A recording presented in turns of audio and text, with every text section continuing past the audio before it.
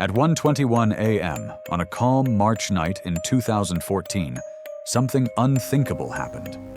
A Boeing 777, one of the safest planes in the sky, simply disappeared. No explosion, no distress signal, no debris, just silence. What makes flight MH370 so chilling isn't just that it vanished, but how it vanished. In an age of satellites, radar, and real-time aviation data, how could an entire aircraft with 239 people aboard become a ghost in the sky? What follows isn't a theory. It's a deep descent into one of the most baffling and unsettling aviation events in modern history. This is not just a story about a missing plane. It's about the limits of what we know and the boundaries we've yet to understand. It began like countless other overnight journeys. On March 8, 2014, Malaysia Airlines Flight MH370 lifted off from Kuala Lumpur International Airport at 12:42 a.m., bound for Beijing. Captain Zahari Ahmad Shah, a seasoned pilot with over 18,000 flight hours, and First Officer Fariq Abdul Hamid were at the controls. The sky was clear, weather conditions ideal. Everything was normal, until it wasn't. At 1:19 a.m., air traffic control instructed the flight to hand off to Vietnamese airspace. The captain's calm reply, "Good night, Malaysian 370. Those were the last words ever heard from the cockpit. Just 2 minutes later, MH370 disappeared from civilian radar.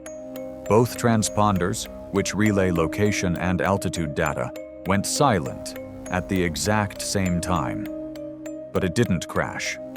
Not yet. Military radar revealed a chilling detail. The plane had turned sharply west, flying back across the Malaysian peninsula and then out over the Strait of Malacca, far from its original route. Whoever was at the controls knew what they were doing. The maneuver was deliberate, coordinated, and eerily calm.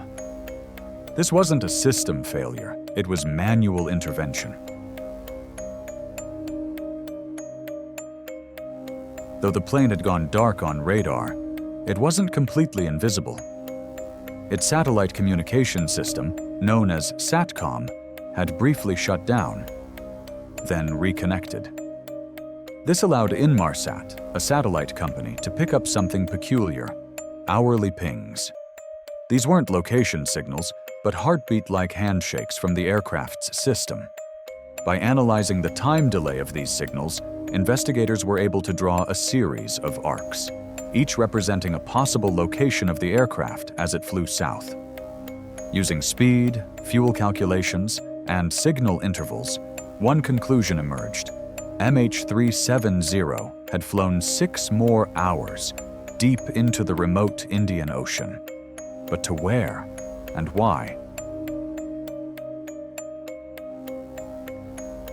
The search area shifted dramatically, from the South China Sea to an empty stretch of ocean southwest of Australia. Led by Australian authorities, the search covered over 120,000 square kilometers of seafloor. Specialized submarines mapped terrain few humans had ever seen. Hydrophones, underwater listening devices, picked up odd acoustic anomalies. Could they be the sound of an impact? Each lead was pursued. Each time, the result was the same. Nothing. Until July 2015, when a flaperon, a part of the wing, washed up on Réunion Island. It was from MH370. Over time, at least 31 more fragments were found across the Indian Ocean's western shores. Some clearly identifiable, others harder to verify. But the evidence was mounting. The plane had ended its journey in the sea. But how? Why? Numerous theories have emerged, some plausible, some hauntingly speculative. Mechanical failure or onboard fire. Lithium-ion batteries were in the cargo hold, known to cause devastating fires. like in UPS Flight 6. A fire could explain a systems failure, but not 6 hours of redirected flight. And certainly not the silence. Suicide by pilot? Captain Zahari's flight simulator at home showed similar waypoints to MH370's assumed path. Coincidence or dry run? Supporters of this theory note the plane flew over Penang, the captain's hometown, perhaps as a silent farewell. But critics argue Zahari had no known mental issues, no motive, no message. Cabin depressurization? Could a sudden loss of cabin pressure have rendered everyone unconscious? In theory, the plane could then fly on autopilot until fuel depletion. But again, the sharp turn westward had to be manual. This wasn't a ghost flight from the start. Someone was at the helm. The mystery has also spawned darker possibilities. Military interference?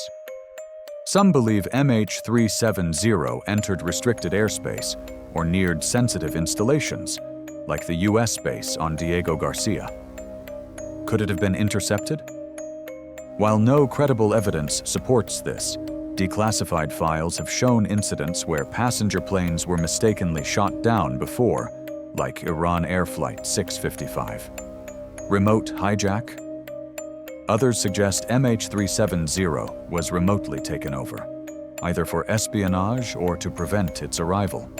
Some versions even claim debris was planted to support an official narrative. These theories are speculative, often lacking hard evidence, but they thrive in the void left by official silence. In 2018, after years of investigation, the Malaysian government released its final report. The findings? The plane was manually diverted.